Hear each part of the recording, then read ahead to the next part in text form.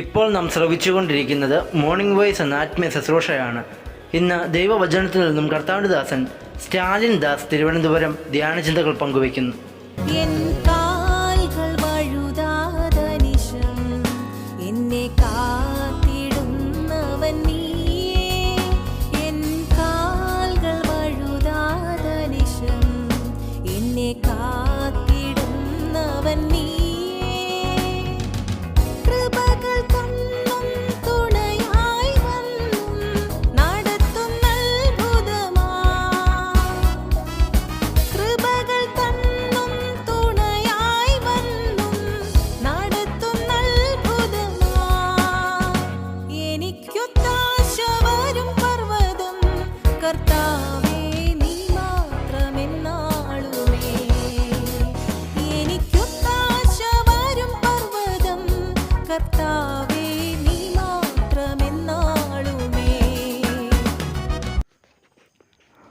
പതിനാറാം സങ്കീർത്തനം അതിൻ്റെ 1-ാം വാക്യം നാം ഇങ്ങനെ വായിക്കുന്നു: ദൈവമേ, ഞാൻ അങ്ങയെ ശരണമാക്കിയിരിക്കിയാൽ എന്നെ കാത്തുകൊള്ളണമേ.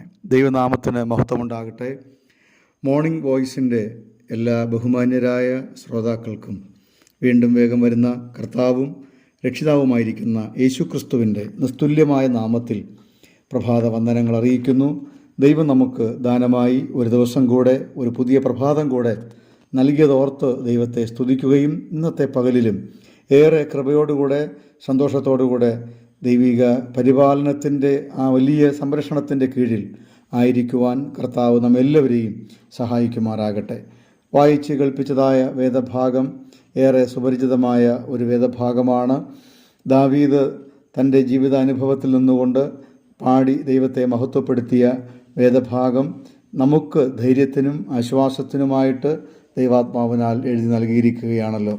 ആ സങ്കീർത്തനത്തിൻ്റെ പ്രഥമ ഭാഗം നാം ശ്രദ്ധിക്കുമ്പോൾ ആ പ്രാരംഭ വാക്യത്തിൽ 2 പ്രധാനപ്പെട്ട ആശയങ്ങൾ, 2 പ്രധാനപ്പെട്ട ആലോചനകൾ ദൈവാത്മാവ് നമുക്ക് നൽകുകയാണ്. അതിലൊന്ന്, ദാവീദ് താൻ തന്നെ ദൈവത്തോട് പറയുകയാണ്, ദൈവമേ, ഞാൻ അങ്ങയെ ശരണമാക്കിയിരിക്കുന്നു എന്നുള്ളതാണ്.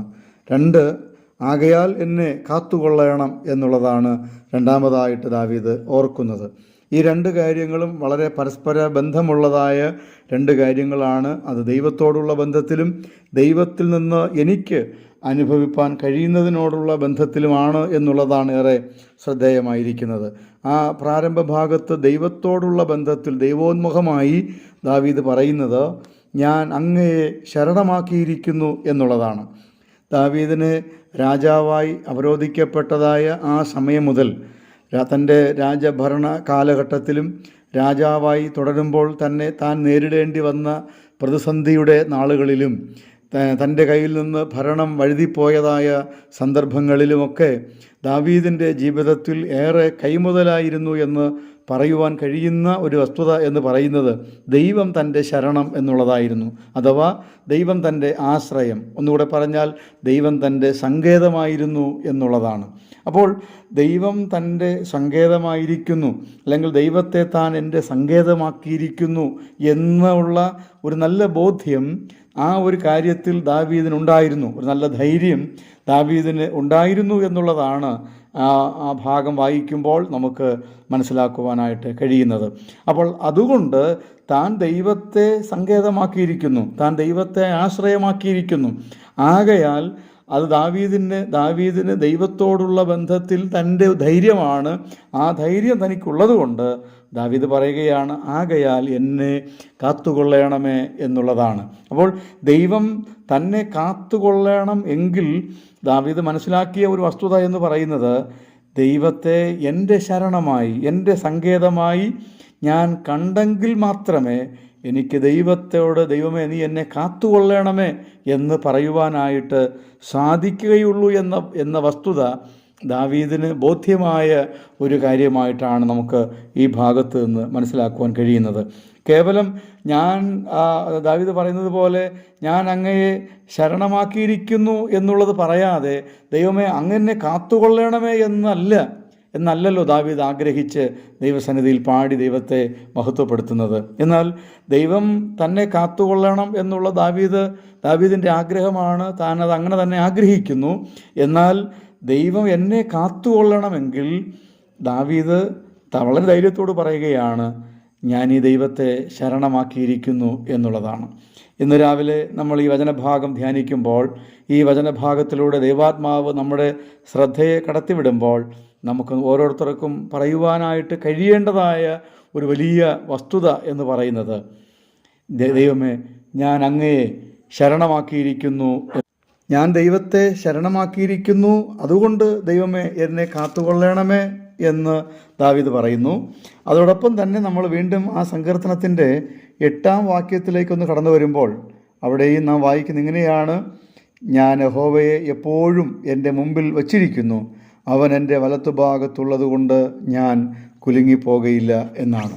അപ്പോൾ ഈ 2 വാക്യങ്ങളും നമ്മളൊന്ന് ശ്രദ്ധിച്ച് വായിക്കുകയും ധ്യാനിക്കുകയും ചെയ്യുമ്പോൾ, ഞാൻ ചെയ്യേണ്ടതായ കാര്യങ്ങളൊന്നും ചെയ്യാതെ ദൈവം എനിക്ക് വേണ്ടി എല്ലാം ചെയ്തു തരണം, ദൈവത്തിൻ്റെ ഭാഗത്ത് നിന്ന് ദൈവം ചെയ്യേണ്ടതെല്ലാം ചെയ്യണമെന്ന് ആഗ്രഹിക്കാതെ ദാവീദ് പറയുന്നത് നമ്മൾ വായിച്ചല്ലോ, ഞാൻ ദൈവത്തെ എൻ്റെ സങ്കേതമാക്കിയിരിക്കുന്നു. 8-ാം വാക്യത്തിൽ നാം കണ്ടത്, ഞാൻ ഈ ദൈവത്തെ നമ്മൾ മനസ്സിലാക്കുന്നത് ഇങ്ങനെയാണ്, ഞാൻ യഹോവയെ എപ്പോഴും എൻ്റെ മുമ്പിൽ വച്ചിരിക്കുന്നു എന്നുള്ളതാണ്.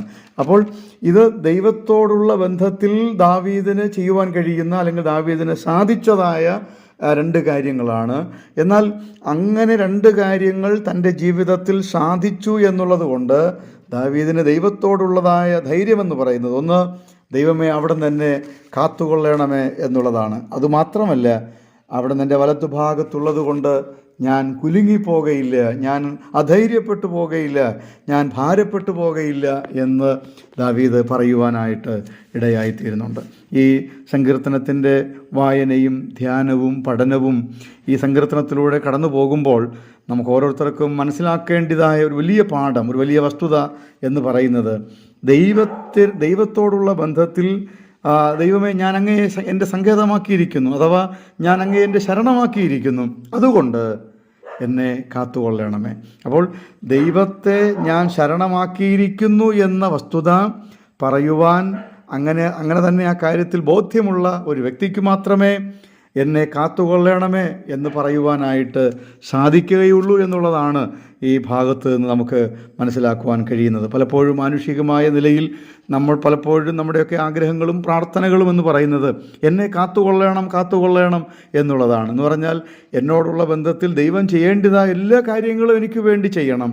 പക്ഷേ ദൈവം നമ്മിൽ നിന്ന് ആഗ്രഹിക്കുന്ന, നമ്മിൽ നിന്ന് പ്രതീക്ഷിക്കുന്നത് വാസ്തവത്തിൽ നമുക്ക് നൽകുവാൻ, നമുക്കത് ചെയ്യുവാനായിട്ട് സാധിക്കുന്നുണ്ടോ? ദൈവത്തോടുള്ള ബന്ധത്തിൽ വാസ്തവമായിട്ടും ദാവീദ് പറയുന്നത് പോലെ, ദൈവമേ ഞാൻ അങ്ങയെ ശരണമാക്കിയിരിക്കുന്നു, ഞാൻ അങ്ങയെ എൻ്റെ സങ്കേതമാക്കിയിരിക്കുന്നു എന്ന് പറയുവാൻ കഴിയുന്നതാണ് ദൈവത്തിന് നമുക്ക് വേണ്ടി ചെയ്യുവാനായിട്ട്, ദൈവത്തിന് എനിക്ക് വേണ്ടി പ്രവർത്തിക്കുവാനായിട്ട്, ഇടപെടുവാനായിട്ട് കഴിയുന്നത്. അങ്ങനെയുള്ളവർക്ക് മാത്രമേ പറയുവാൻ കഴിയുകയുള്ളൂ, ദൈവമേ അങ്ങനെ കാത്തുകൊള്ളണം, കാരണം ഞാൻ അങ്ങയെയാണ് ശരണമാക്കിയിരിക്കുന്നത്.